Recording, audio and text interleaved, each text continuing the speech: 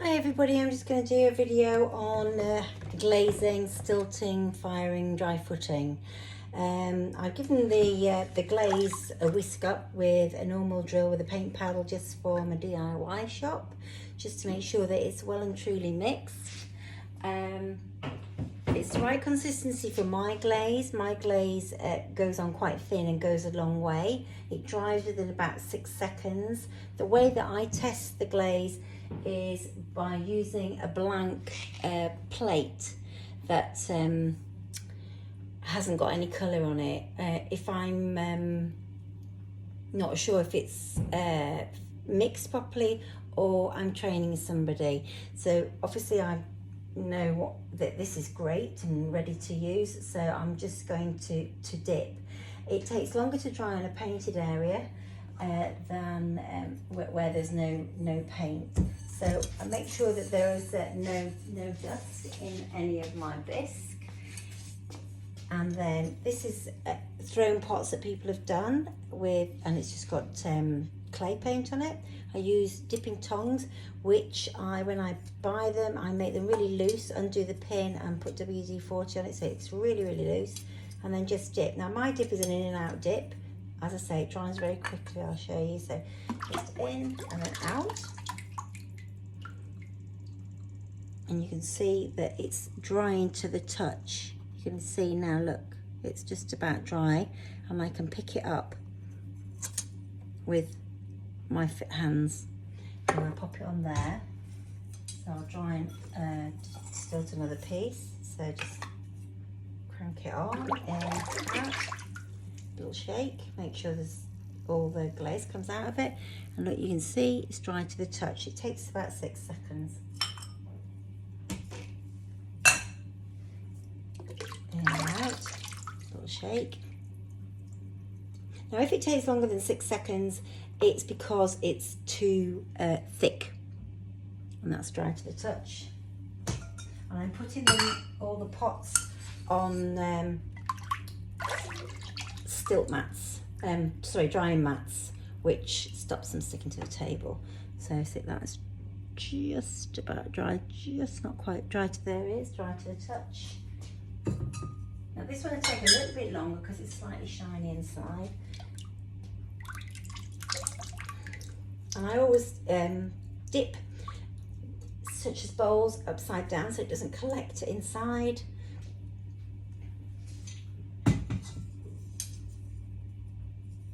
Nice kaleidoscope bowl that I was showing somebody because I do wheel classes. So again, just in, out, give it a good shake and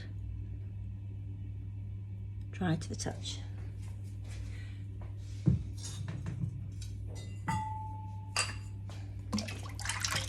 In and out, shake.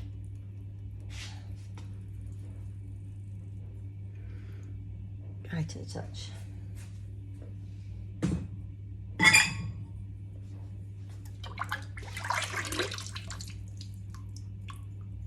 There we go, that's the last one. Dry to the touch. So now I'm going to show you how to do a bauble. Now this bauble hasn't been painted because I haven't got any to dip, we're up to date.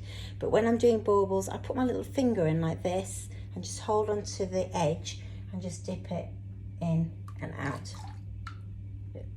Look. Dry to the touch.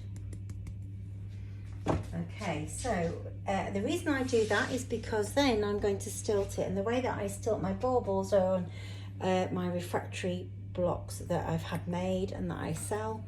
So this is really quite heavy and sturdy, and your baubles will not fall over. This 100% this does not bend. And if you wanted, you could put something else on it, like animals, like so. And he can fire, or lids. I can't actually see the lid to hand. Oh, here's one. Quickly get a lid, a bit shiny, but yeah. So you can put a lid on and fire a lid.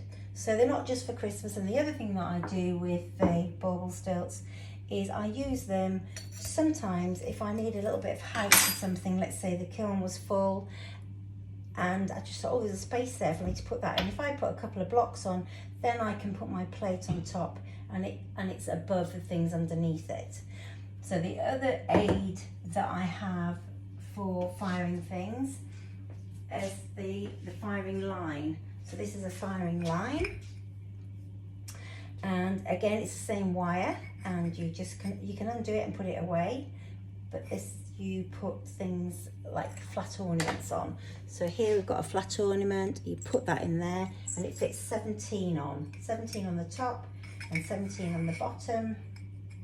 Obviously it's a little bit fiddly to actually put together, but once it's in the kiln like that, it's rock solid. Okay, it's on a sponge at the moment. So if you've got something like an ornament like this, which is a commercial ornament, well then I would cut some wire. So I'd use this wire here, which I sell on the website. It's high firing wire and it's pretty thick. And I get some little snips and just cut the wire, or get somebody to do it, my husband to do it. Just cut the wire with snips like that, and get the wire and wind it round something round. So you can just push it round a pencil or a tool like this, and then do the other way like that. So you've got, can you see you've got an S, but then I twist part of the S like that, you see?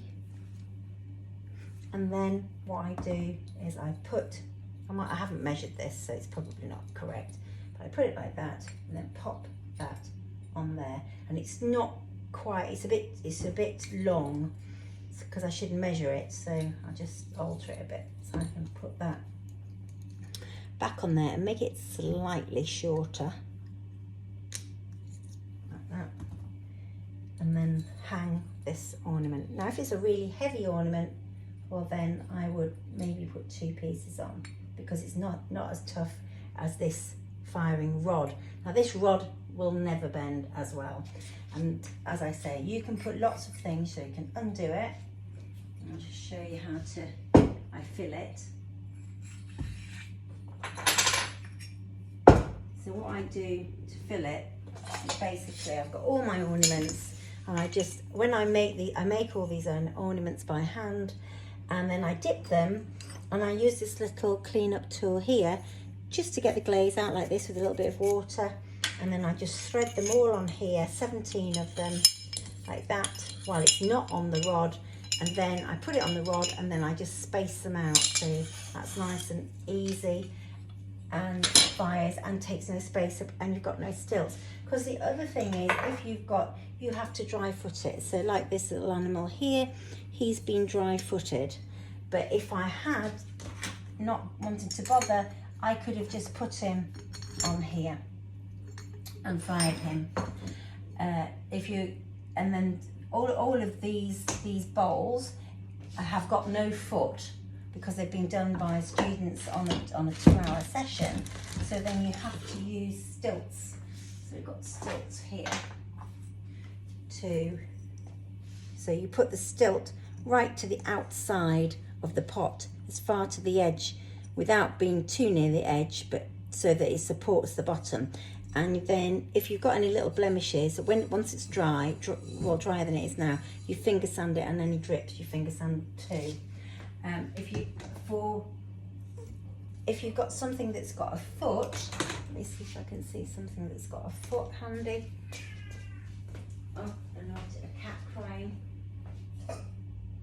Yeah, so here, look, I have a bowl that I've thrown, and then I've dry footed it.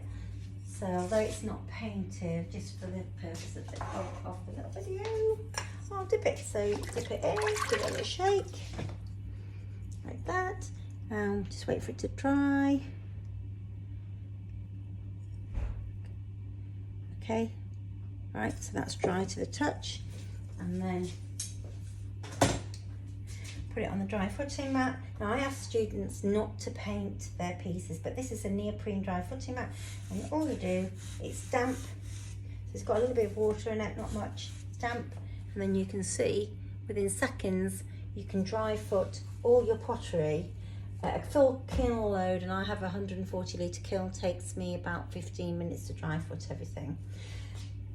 Now the glaze, just looking after the glaze, and normally when I've finished I just get rid of, I have a little bucket of water and I just wipe round so we don't get any crispy bits drying on the bucket like that. Just wipe it round and then put the lid on. And it will, the glaze does evaporate off, so every probably 2 weeks you have to thin it a little bit, and also probably every 6 weeks I have a 100 gauge sieve and I pour all the glaze back into another bucket and sieve it to make sure there's not any little bits of refractory bits and pieces. And also sometimes, although a household sieve won't do, but if you really wanting to mix it really well besides the stilting, the drill, you can use just a household plastic sieve, not a metal sieve, because it'll go rusty and it'll drop into your glaze. This is just a clear, my own clear dipping glaze that I have made, which dries really quick. If by any chance you overthin it, because this comes in gallons, 3 gallons and 4 gallons, and you just double it up, so a gallon makes 2, 3 gallons makes 6, 4 makes 7 gallons.